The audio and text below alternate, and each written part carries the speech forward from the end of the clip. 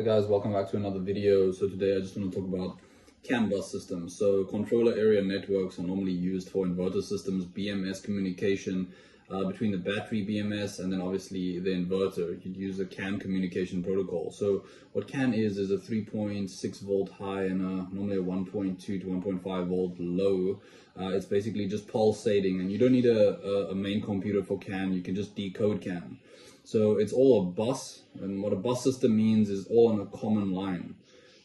CAN bus normally gets terminated with a 120 ohm resistor to reduce reflections in the communication protocol. So yeah, this is the basics of CAN. CAN is the most used lithium BMS protocol currently in South Africa. So it's just two wires. You just basically check what's CAN high and CAN low on your inverter and your battery. You connect it up, and you just ensure also that your inverter can decode what your battery is reading. You must make sure the software of the inverter can decode the CAN, the CAN packages, so to speak, because what it's doing the whole time is it's taking freeze frames of the data, and you have to make sure the other component can decode the CAN, because it's literally, it's just freeze frame, freeze frame, freeze frame, and then it has to capture it and then basically decode it as well with the libraries. Why it matters is you can prevent overcharging, you can prevent damage. So basically it synchronizes the state of charge to avoid guessing by the inverter. If you basically having your inverter measure state of charge, you better hope there's almost no losses, and then it would be quite accurate. But because there is normally losses, people do crimp things on incorrectly,